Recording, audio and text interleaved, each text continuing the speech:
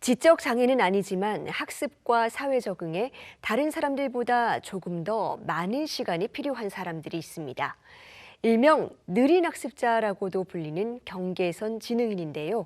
우리 사회 복지 체계가 이들을 제대로 포용하지 못하고 있다 보니 교육은 물론 취업에서도 어려움을 겪는 일이 많습니다. 먼저 영상 보고 오겠습니다.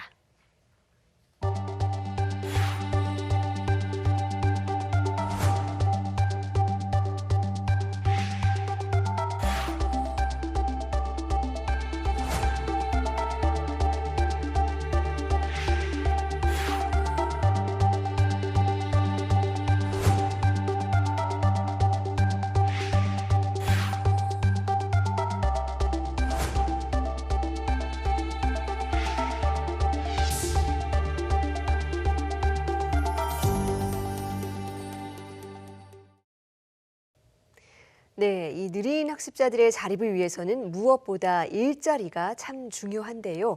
이 법과 제도 그리고 인식 개선까지 풀어야 할 과제도 많습니다. 이 지역에서 사회적 약자를 포용하는 일자리 모델을 만들기 위해 노력해 오신 분이기도 한데요. 더불어민주당 권칠승 의원과 자세히 짚어보겠습니다. 의원님 어서 오세요. 네, 반갑습니다. 권칠승입니다. 네, 반갑습니다. 이 느린 학습자가 장애와 비장애 경계에 있다 보니까 또 복지 사각지대에 노출돼 있다는 지적이 참 많습니다. 그렇습니다. 의원님 어떤 지원이 가장 시급하다고 보십니까? 지금 한 10% 정도가 느린 학습자가 아닌가라고 하는 그런 보고서도 있습니다. 그래서 정확한 수치는 알기가 어렵지만 어쨌든 우리 인구의 상당수가 느린 학습자의 범주에 속하고 있다라고 볼 수 있습니다. 그런데 이 많은 숫자의 사람들이 아무 대책 없이 사회로 지금 매년 진출하고 있죠. 그래서 사회 진출을 돕는 방법이 무엇인가 여기에 대해서 중점을 두고 대책을 세워야 하는데요. 가장 큰 부분은 결국 취업과 관련된 것이라고 생각을 합니다. 그런데 취업을 하기 위해서는 이분들은 이제 상당한 보통 일반인들보다는 더 많은 직무 교육이 좀 필요합니다. 거기에 대해서 사회가 애정을 가지고 또 인내를 가지고 이분들을 직무 교육을 시키고 그리고 또 고용을 하는 분들도 인내와 애정을 가지고 그분들의 직무 역량에 맞는 부분들을 잘 배치를 하고 또 같이 일하는 다른 분들도 그런 인식을 가지고 같이 생활을 하셔야 되거든요. 그래서 인식의 문제 또 그 인식을 바탕으로 해서 지원의 문제 이런 게 동시에 풀려야 된다고 생각합니다. 네, 사실 이 일자리 문제가 단순히 돈을 버는 거 그 이상의 의미가 있지 않습니까? 그렇습니다. 이분들이 사회의 구성원으로 포용된다라는 의미도 있는 것인데 그렇습니다. 사실 이 느린 학습자 같은 경우에는 워낙에 취업 자체도 어렵지만 직무 교육을 받을 기회도 거의 없는 것 같습니다. 그렇습니다. 어렵게 취업을 하는 경우라 하더라도 또 이제 주변 사람들로부터 이제 보통 사람들보다는 이제 처음 일에 적응하는 속도가 느리기 때문에 여러 가지 많은 좀 어려움을 겪게 됩니다. 사회 구성원으로서 이제 제대로 합류하는데 좀 어려움을 겪기 때문에 그런 분들은 주위에서 이분이 느린 학습자라고 하는 인식을 가져야 됩니다.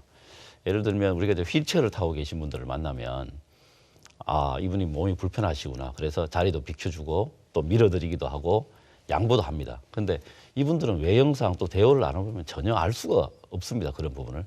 그런데 아주 정상적이고 멀쩡한데 조금 일의 능률이 떨어진다. 이러면 타박을 하게 되고 비난을 하게 되죠. 그런 과정을 여러 번 겪다 보면은 자존감이 떨어지게 되면 은둔형 외톨이로 바뀌게 됩니다. 점점 더 그 대인관계가 나빠지는 것이죠. 그래서 이런 경험을 여러 차례 한 느린 학습자들은 대부분 은둔형 외톨이가 되어서 사회로부터 격리되는 것이죠. 그래서 이런 부분들을 초기에 진단하고 처음부터 직무 교육을 통해서 사회 일원으로 활동할 수 있도록 해주는 것, 이게 굉장히 중요한 부분입니다. 네, 의원님께서 특히 지역구 중심으로 이 느린 학습자들의 어떤 학교 교육 이후의 진로 문제 이걸 풀기 위해서 굉장히 노력을 많이 해오신 걸로 알고 있거든요. 네. 어떤 일들을 하셨습니까? 그 아주 중요한 부분이고 현실적으로도 필요한 부분이라고 봅니다. 네. 화성시에서 보면 이제 내일을 향한 스텝업이라고 하는 느린 학습자 청년 취업 지원 시범 사업을 지금 진행했습니다. 그때 화성시 사회적 경제지원센터 그리고 또 장애인 고용공단 그 고용개발원과 같이 협업을 해서 7개 사회적 경제기업에 이제 실제 직무를 경험하게 했습니다. 물론 뭐 만족도는 굉장히 높습니다. 본인도 물론이고 또 학부모들도 굉장히 높은 그 만족도를 보이고 있습니다. 그런데 한계점도 좀 있습니다. 한계점이 가장 큰 한계점이 뭐냐면 이 화성시 사회적 경제 기금으로 이 사업을 진행하다 보니까 대상자가 화성시 사회적 경제 기업입니다. 그런데 이게 일반 기업으로 확산되지 않는다면 사회적 기업만으로는 많은 한계가 있습니다. 그래서 이런 부분들을 극복하기 위해서는 국가적 차원의 법제도, 법체계 개선이 반드시 필요하다고 봅니다. 네, 말씀해 주신 것처럼 지역에서 굉장히 의미 있는 움직임이 시작되기는 했지만 한계가 있는 것이 사실이고 이걸 점점 더 확산을 시켜 나가야 될 텐데 또 걸림돌이 되는 부분들도 있습니다. 네. 어떻게 풀어가야 될까요? 가장 큰 걸림돌은 법적으로 정의가 없다는 것입니다. 네. 저희들이 지금 이 시간에도 느린 학습자, 경계선 지능인 이런 말들을 하고 있지만 이거 법적 용어가 아닙니다. 그냥 부르는 말이죠.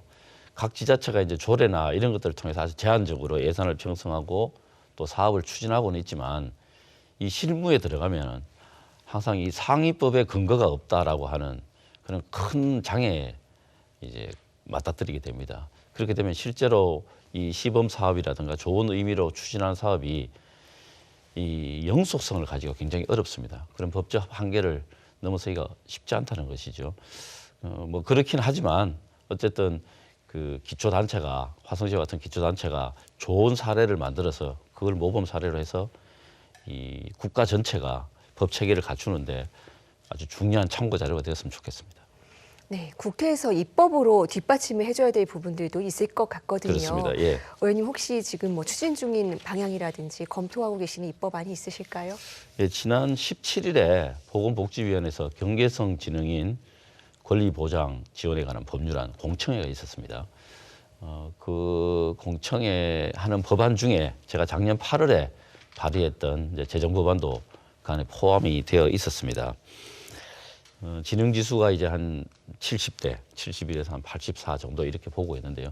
그 사이에 있는 경계성 지능인에 대해서 이 법적 정의를 정확하게 하고 보건복지부 장관이 5년마다 기본 계획을 수립하고 또 3년마다 실태 조사를 해서 국가 차원의 지원 시스템을 만들도록 이렇게 의무화하는 내용이 들어 있습니다. 특히 제가 이제 이 법안에서 중요하게 생각하는 것은 바로 일자리와 관련된 제 16조에 있는데요. 관련된 규정입니다. 단순히 취업을 돕겠다 이런 선언에 그치지 않고 고용노동부 장관에게 아주 구체적인 취업 매칭 시스템을 구축할 의미를 부여하고 있습니다. 그래서 고용노동부 장관이 경계성 지능인의 적성을 고려해서 적합한 직업을 알선하고 또 전용 취업 전산망을 구축하도록 하는 그런 내용을 명시하고 있습니다.